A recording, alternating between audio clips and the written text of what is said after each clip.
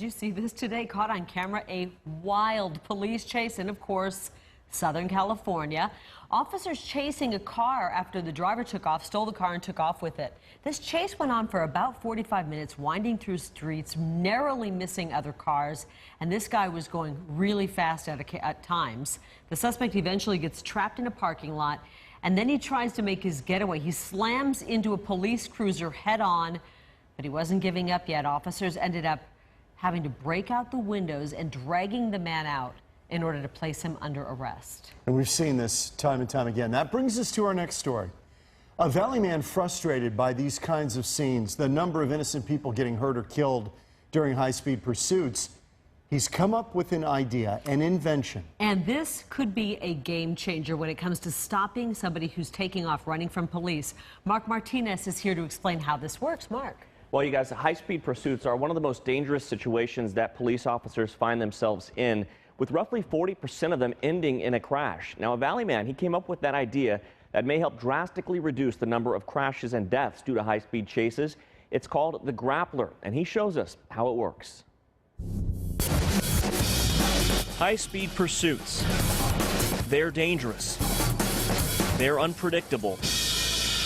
And in some cases, like this chase in the West Valley in September, stopping them can be deadly. The options right now are getting in front of a suspect vehicle to deploy tire spikes, or using the pit maneuver or some other like smash up derby style process to stop a vehicle, and the officer many times is pinned against the suspect vehicle. That's what prompted Peoria resident Leonard Stock to come up with a better solution. His invention, the Grappler police bumper, works by using a heavy-duty nylon net that can be lowered from the front of the pursuing police vehicle with the touch of a button, snagging the rear tire of the suspect vehicle and wrapping around the axle. Within a few seconds, the chase comes to a controlled stop without the officer having to force a collision. Once the Grappler has a hold of the suspect vehicle, the officer can then release this tether from the police car and back away to a safe distance. And as you can see, this bad guy is not going anywhere. The whole purpose of this, the inspiration behind this device, is to save lives. Stock says the idea behind the Grappler came to him in the middle of the night after watching a TV show on high-speed chases. The conclusion of one of the chases was an innocent motorist getting T-boned. And so I went to sleep that night just so aggravated that that was happening. And I just woke up at 3 in the morning, just suddenly, and this is the first thought I had. Our cameras captured several angles of the simulated high-speed chase to show exactly how the snag maneuver works. Chris Smith was behind the wheel of the getaway car in this scenario and describes what it's like to suddenly be snagged at high speeds. Well, you know, you hear a noise that just you're not used to, and it just basically feels like you lose power. Just slows you down fairly immediately. It's taken Stock roughly 8 years of research and development to finally get the Grappler ready to market to police agencies nationwide. Being able to end a pursuit in a much more controlled fashion has huge value for law enforcement and for safety of the community as a whole. Lon Bartel is the president of the Peoria Police Officers Association, and he has seen the videos of the Grappler in action.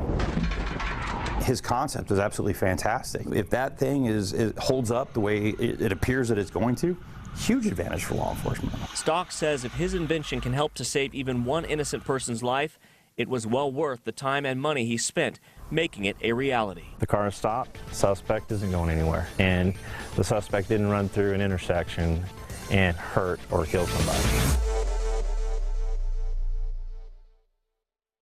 I was in the passenger seat during the testing of this to see how it all works, and you do get pretty close to that car to stop it, but again, as soon as you get the tire snagged, as you saw, it brings that to a pretty quick conclusion. I wish I had woke up in the middle of the night with ideas like this. I'm usually like, okay, what do I have to do tomorrow? The list of... Your to-do list. I need inventions. What's the cost of this, Mark? Well, he said it really depends on how many they're going to be using on these different police cars and the size of the agencies. So he's working with departments right now across the country trying to figure out which kind of price point they can meet. You know, it's obviously cheaper than having to smash up police cars when you're trying to stop a pursuit, and a lot safer. So again, they're up and running after about 8 years of developing this product. 8 years. Yeah, and it's based right out here in Peoria. That would be great to see it. I mean, they could use them in Southern California, Absolutely. that's for sure. Oh. Thanks, Mark. Yeah.